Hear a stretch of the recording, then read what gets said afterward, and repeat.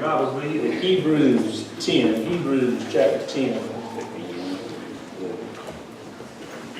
While you're turning there, as Gary was mentioning, many of you know, probably some of you don't, what he was talking about. I do have to go, unfortunately, to class next couple of weeks. I'll be here for Sunday mornings, but after lunch today, I take a trip up to Wake Forest and sit in an intensive seminar from 8 to 5, Monday through Friday, talking about medieval theology. So if anybody wants to take my place, I'll do whatever. I know it sounds like, hey, he's going to school. I'll do whatever. Nicole is obviously daunted by the task of Janie for the whole week, and I said, I'd do that. I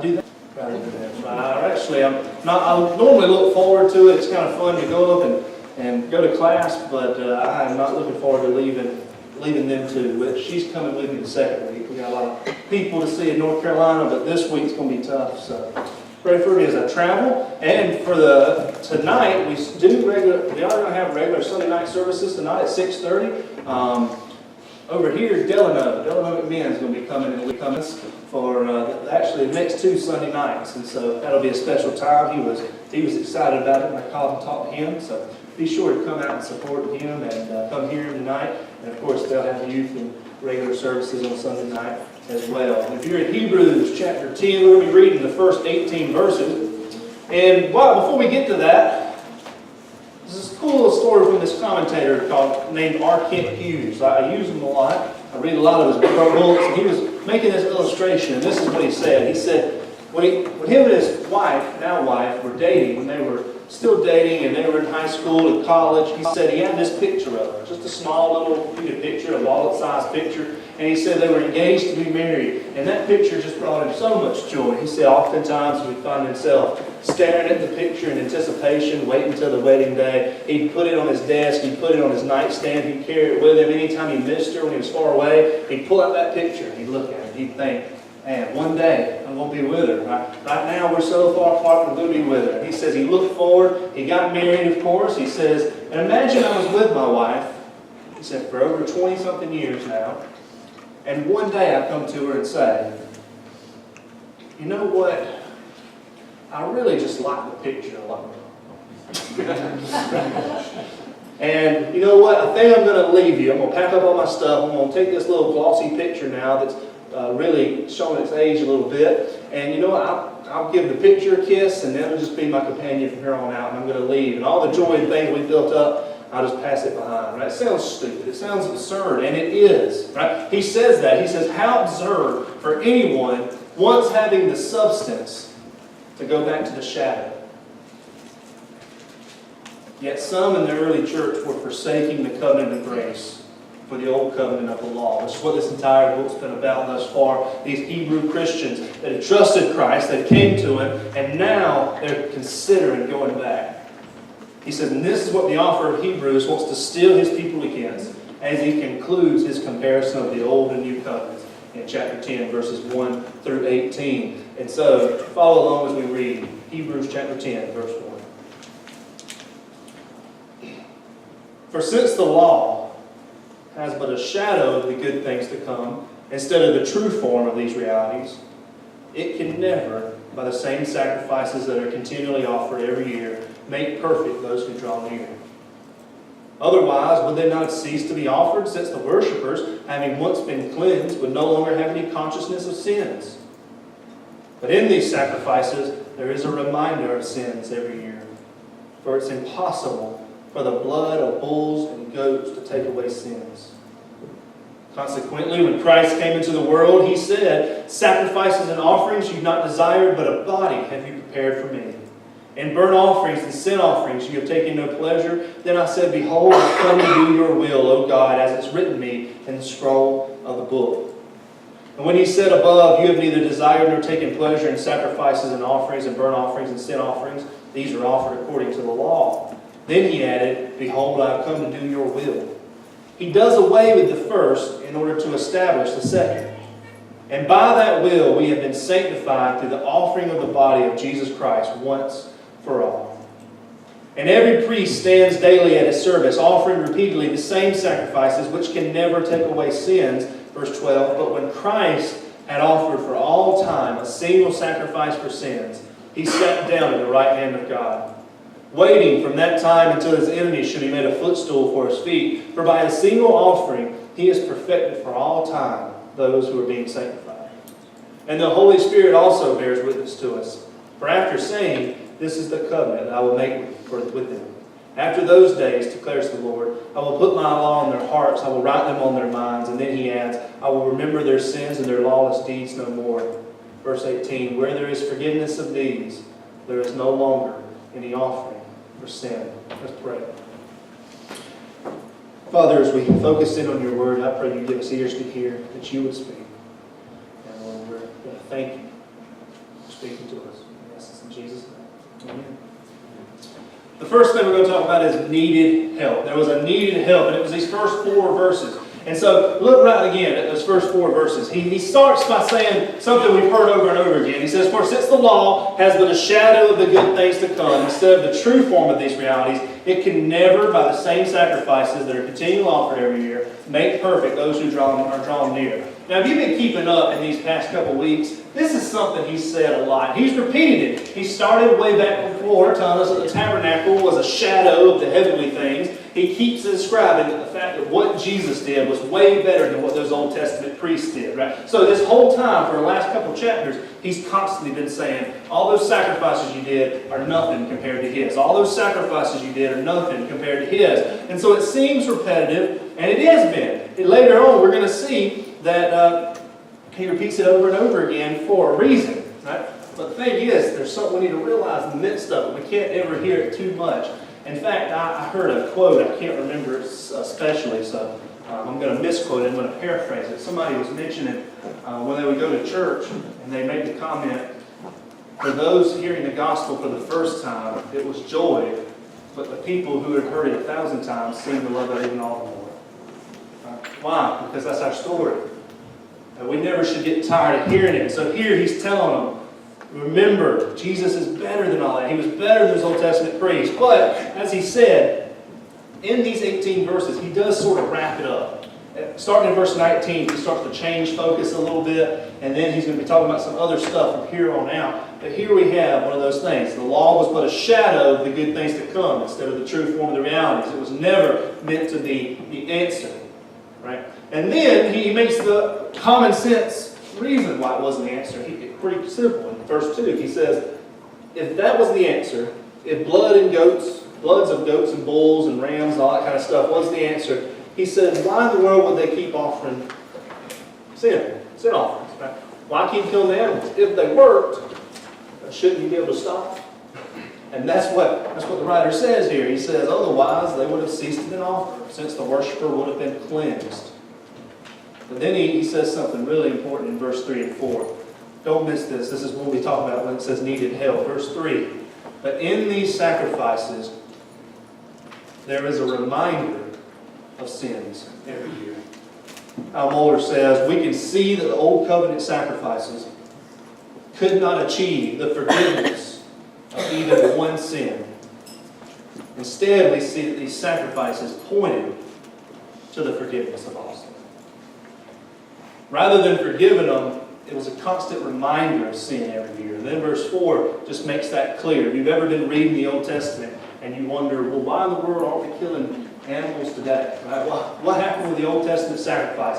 Was God really pleased because blood of animals was spilled? Not necessarily. Look what he says here, verse 4. For it is impossible for the blood of bulls and goats to take away sins. It's impossible for the blood of bulls and goats to take away sins. So now you read your Old Testament and you're like, what in the world all the animals died for? What's going on? Why did they have that in there? Well, it was part of God's command. It was part of being obedient to God. And as we talked about last week, just to give a little recap, it did show that the penalty for sin is death. And what better than the fact of the matter is what we deserve is for you and I to die. None of us deserve life, right? It's a gift. Every day we wake up, we have life. We should be thankful for it. It's a gift. And the thing is, God would be completely justified if the first time me and you sinned, we dropped dead. And then not even that, we stay dead. And what I mean by stay dead is no future hope, just future condemnation. God would be just in that.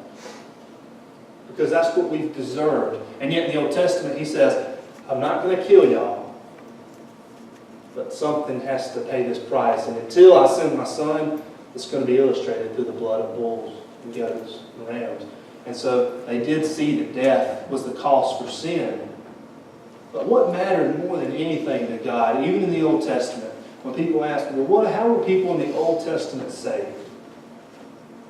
Were Elijah and Moses and those guys, were they saved because they showed up at the regular time, at every time it was time for worship with the right sacrifice, and they offered the sacrifices, and that was good, and they're unclean, and then somebody over here forgot their bull or goat, or they didn't have one, and you're lost now, right? You didn't do it. Was that really what it took? Was God that mechanical? And when we worshiped in some sort of God that was all about, witch doctor stuff, and how much blood can we spill out, who wins or not? No. What they were always counted righteous for was faith. That's why it was said of Abraham, he believed God, and it was counted to him as righteousness. When you see those awesome Old Testament heroes, it wasn't because they made their offerings all at the right time, which they probably did. They were trying their best to be obedient to God. But the reason you would call them heroes is because they believed God. They trusted God. They were faithful to God. What was the key? Their heart was in it. God always desired the heart.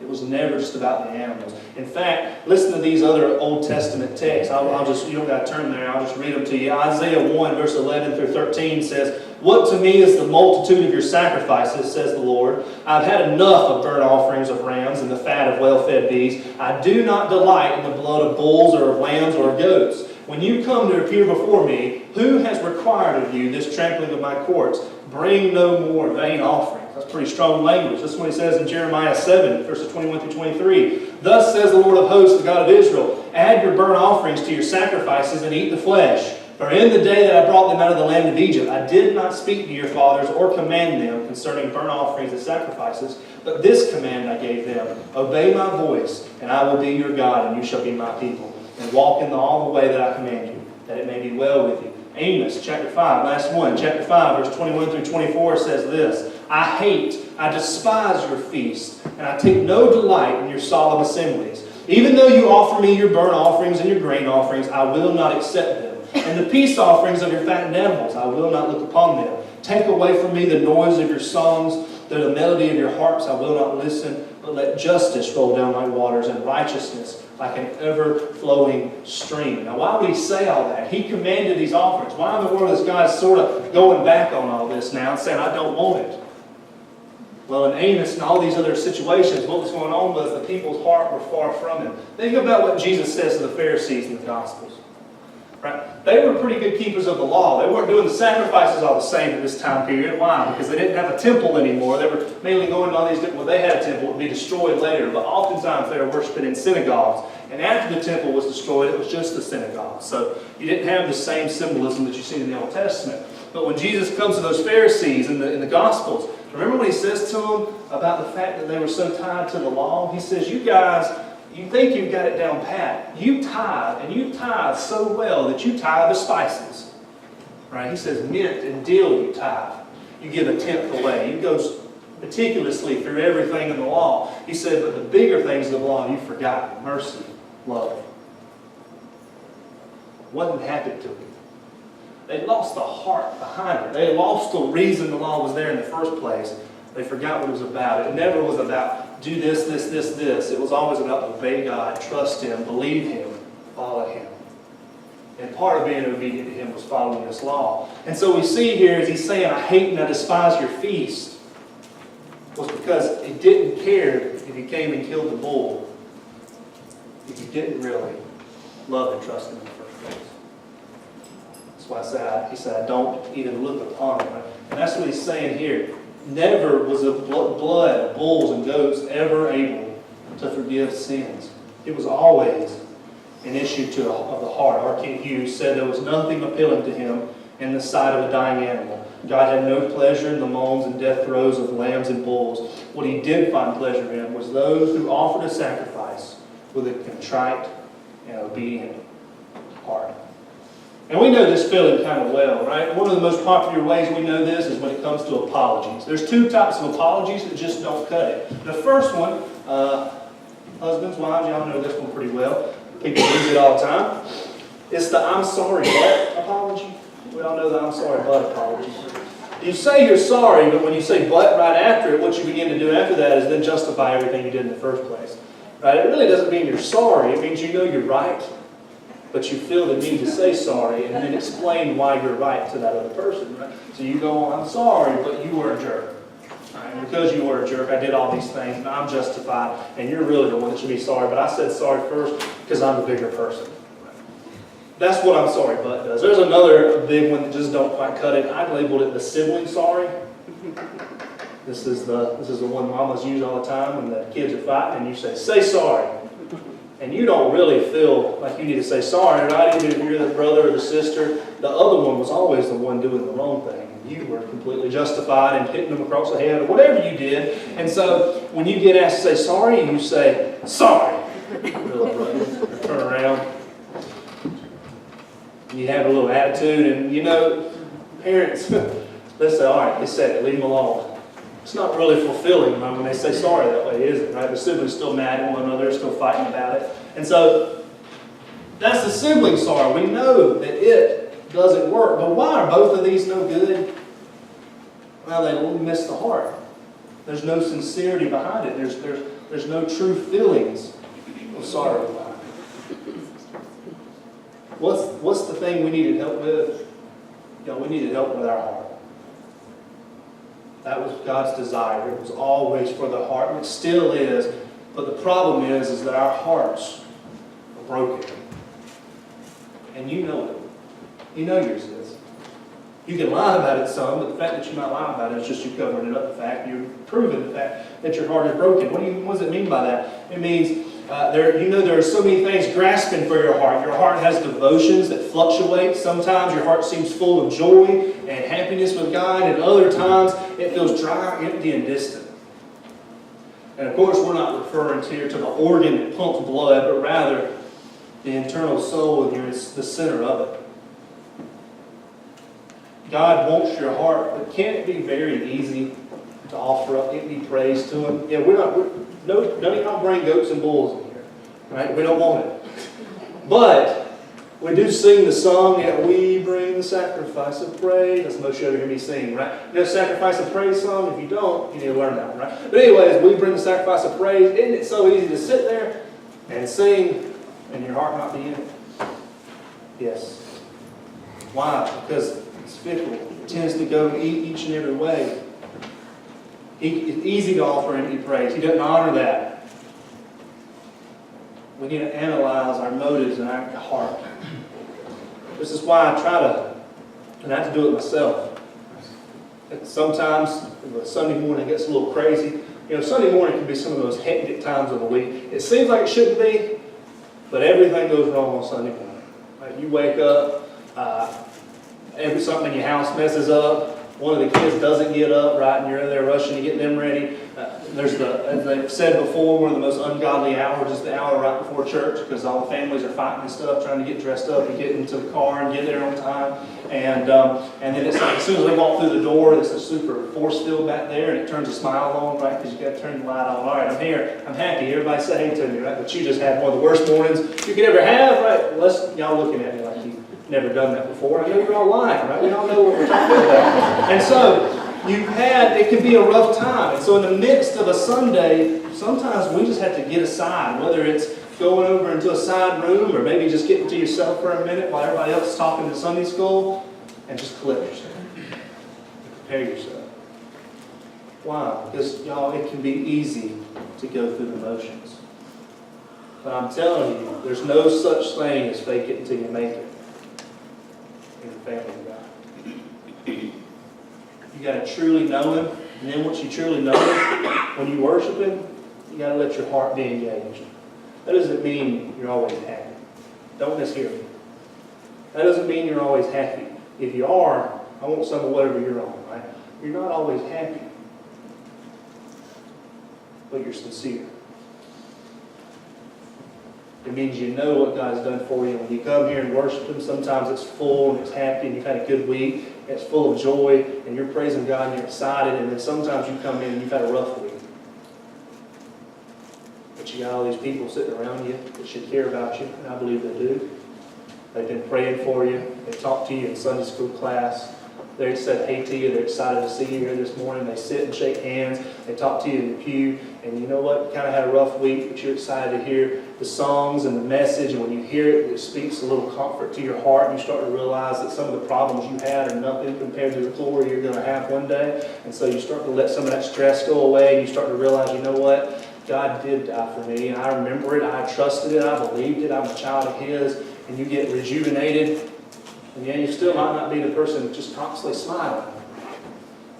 But you have a deep sense of peace and joy because you met the King. He wants that. He doesn't want phony. He wants your heart. Some of you may have felt guilty because there's times you've analyzed yourself and you've seen a side of yourself that you would never show all of us, but that's not who you are regularly.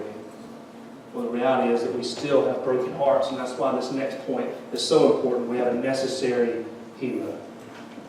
A necessary hero. Look at verse 5. It says, consequently, when Christ came into the world, He said. And then it quotes Psalm 40. Now, what's interesting about this, before we read it again, what's interesting about this is, it's Jesus talking in Psalm 40. You think, hold on a minute, I thought Jesus didn't come till Matthew. Remember, I've told you before, I'll tell you again, He says that this entire book is about Him. That when you started in Genesis and you read through Revelation, He says it's all about me. So when He's talking in Psalm 40, don't let it surprise you. This is Jesus. He says, sacrifices and offerings you have not desired, what we just said. He said, but a body you've prepared for me.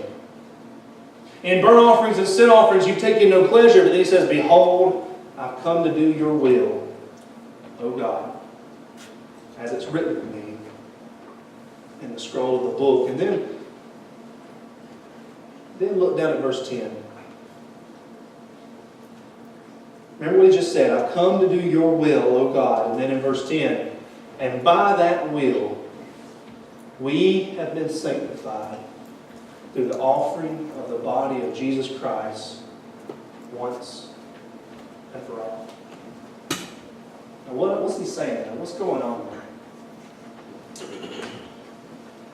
Well, Jesus sort of just says what we talked about already, right? The sacrifices themselves were not sufficient. There was going to have to be something else. And then He, here in the psalm, talking to God the Father, says, but you're preparing a body for me. All the way in Psalm 40, Christmas was in mind. All the way in Psalm 40, Jesus says, I'm going to come and take on flesh. I'm going to become a man. And He says, behold, I've come to do your will, O God. One commentator said, by the priestly offering of His own body, Jesus has perfected, not just improved, those who are being sanctified. How many times and in how many ways can the author make this point? Evidently, one time's not enough. We need to see this beautiful reality emphasized repeatedly. I want to get to why this is important. So, what am I talking about? If you're lost on this second point, allow me to clear some things up. You know that silly story with King Arthur and the Excalibur sword? Right? If you don't, I'll recap it shortly, right? There's the sword that's in the rock. I don't know much about it, but there's that old story. There's that sword stuck in the rock. And of course, they said the theory goes, if you come and pull the sword from the rock, you're going to be the king, right? And so all the strongest people in the land come up and they take a go at it and they can't pull the sword from the rock. And then the little runt, King Arthur, comes up and he grabs it and he pulls it out like butter, right? And he becomes the great King Arthur. You have the legend, you have all these different things and the knights and Merlin and all those weird things, right? Well, the point was, in the moral of the story, that he did what nobody else could do. It was prepared for him in such a way, and he goes and he does it, and he pulls the sword out, and he's the king. Now, that's a silly story, but what in the world did Jesus Christ do for us? What we couldn't do. What you and I couldn't do, because we had those broken hearts. We had those things that were so fickle that are inside us, that if we're honest with ourselves, have devotions that go from one to the other all too often. And then sometimes when we feel close to God, then the second we can turn our backs on Him. We wonder, why in the world would we ever do that? Because we have broken hearts. If God was to tell you, all right, when you're born into the world, I'm going to make sure every one of you, you're going to be born perfect. Okay? You're going to be born perfect. I'm giving you a fair chance. Now, we'll forget all those times you said no and you kept mama up all night crying and all those things when you were a baby. We'll forget about that. Let's just throw an age on it, right? We'll say, okay, after you turn 10, all bets are off. Right? Now you can be good if you try your hardest. And if you're perfect through the end, you get to go to heaven. And if you aren't, you get to go to hell. Well, that's not true. We know we're born with a sin nature, but even if that was true, y'all, none of us is going to make it. We're just not. Because the reality is, because we're broken, as much as we try to be obedient to God, we can never do it. So Jesus Christ in the Son says, you prepare a body for me. I'm going to come do it. And I'm going to submit my will to the Father, which is why you see all those things in the Gospels when you see Jesus talking, especially that one of the most clearest places you see it is in the Garden of Gethsemane. Right? If you remember, right before Jesus Christ is going to be crucified in that garden, he's going through one of the toughest moments that you can read about in the Gospel, apart from the actual crucifixion and hearing what takes place. You hear his inner torment when he's praying in that garden. It says he's sweating tears like blood, right? And so he's sitting there praying, and he says, God, if you can take this cup from me, this cup of suffering, do it. And then he says something very important. He says, but not my will be done, but yours. The reason that's so important is if it's me and you in the garden, which we wouldn't have made it that far, but if it was me and you in the garden, we would just be saying, Lord, take this cup from me. And we would not be saying, let my will be done. Not your will be done, not mine. Because we were disobedient. He wasn't. He was obedient. Philippians 2 tells us he emptied himself, became into the form of a servant, was obedient to the point of death, even a death on a cross. And then what the gospel, why this is such a sweet thing about the gospel, is it says that on that cross, he who knew no sin became sin so that you could become the righteousness of God. Which means, why we entitled this message, An Inherited Obedience, you weren't obedient, but Jesus was. And that's the only reason he can fix these broken hearts and make us righteous. That's the only reason you have any hope of standing before God one day. Why? Because Jesus lived a perfect life. That's a good thing. That's a really good thing. That should give you some peace. That should give you some joy. That should take away some of the pressure. Not that you don't want to just go do whatever you want to now, but what it should say is, look, every time you've fallen, stop beating yourself up. Jesus Christ never failed. He did it perfectly. And then he gave it to you. So when we look at the first verses, we look at our hearts and we see how ugly they are, and we kind of get surprised by it, and we cover it up, and we make sure the people can't see it, and we're kind of concerned about it. But then we get to this second part, and we look down at our hearts in amazement and say, this ugly thing is going to become righteous? Why? Because you got something you didn't deserve with grace when Jesus Christ died on the cross. He said, everything you couldn't do, I'm doing it for you. And then he does something after that. We come to know Christ. We put our faith and our trust in him. We inherit his righteousness. When we stand before God, we look like Jesus. We don't look like ourselves, thankfully. Right? We look like him. We have his righteousness. And then in verse 11 through 14, it says we have a new hope. We're going to go through these quickly. Look at verse 11. It says, every priest stands daily at his service, offering repeatedly the same sacrifices, which can never take away sins. But when Christ had offered once for all time a single sacrifice for sins, he sat down at the right hand of God, waiting from that time until his enemies should be made a footstool for his feet. For by a single offering he has perfected for all time those who are being sanctified. We have this new hope now, right? The writer begins talking about this priesthood again. He says, daily they stand in the tabernacle and they make sacrifices. The big thing we see here different is we have standing priests and we have a sitting priest. These priests are daily standing in sacrifices, and what that symbolizes, think about the fact when you stand up all day, maybe you have a job where you have to stand up all the time, and you feel it when you get home, right? Your feet hurt, all these different things hurt and ache, and all you want to do is find your chair, because you have your chair. Everybody's got their chair, right? There's no chaos where it's kind of like a good Baptist. A few of y'all are rebels. You switch it up every Sunday, but most of y'all sit in the same place because we have our chair, right? And so you go home, you get in your chair, you kick your legs up, and you try not to put them down for anything other than going to the restroom, right? You're done because you've had a long day.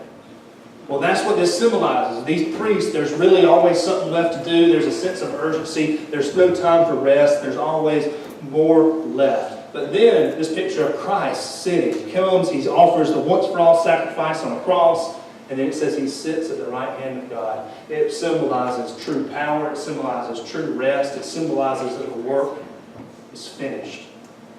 And it says all he's waiting for now is an assured hope. There is an assured hope and a lack of urgency because of the peaceful completion. There is no if, only a when. He's just sitting there until his enemies become his footstool. You know, going to negotiations is easy when you know you've already got the person where you want. Right? Who ever went yard selling with their mama? All right, good. A few of you. Some of you haven't, and it shows, right? You need to go yard selling with your mama because it builds character, right? And so, my mama is one of those that if something's a quarter, she'll give you a nickel. Right? And so, she's one of those she's trying to teach me the art of haggling. And of course, if you're a little kid going yard selling with mama, you see that toy you want, and you can't contain your excitement. You know, I want it, what? You're probably picking it up, grabbing it, and mama will be the one, put that down. Shh, don't act like you want it. And then she go over there and tell the woman, how much you want for this? But if they know you want it, you've already lost. Right? This is really bad on a car lot, right? You're never supposed to let the car salesman know you want the car. You just say, they tell you a price, nah, I don't want it that bad, and walk away. Right? And then they're supposed to yell out another price at you real fast, and you jump on.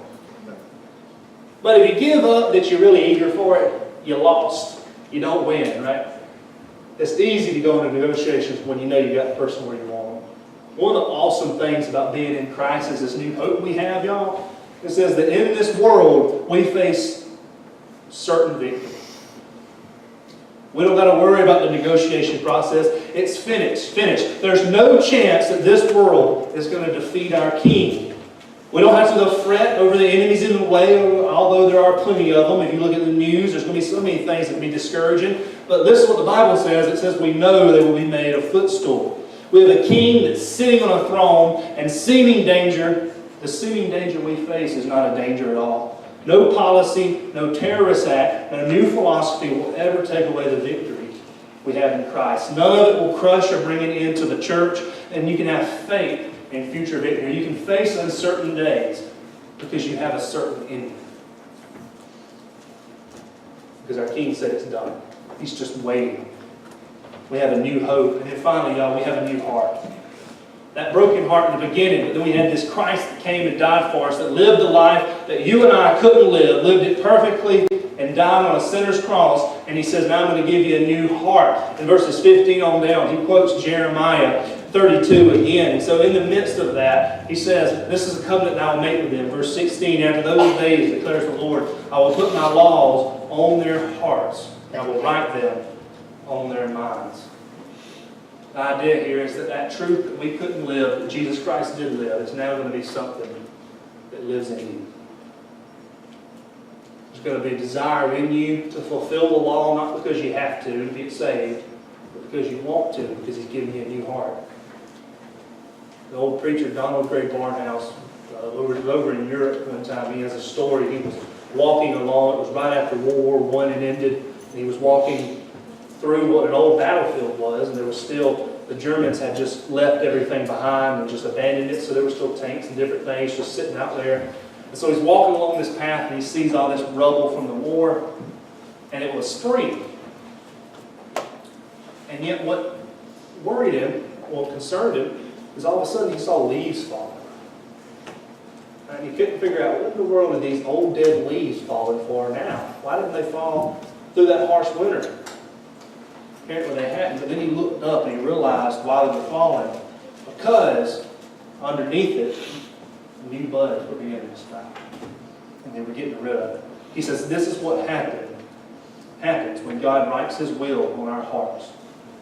The new life purges the deadness from our lives. Our renewed hearts pump fresh blood through us. This is why, you've heard it before, this is why they say it. People that say, I've got to get my life cleaned up before I can come to Christ. It's impossible.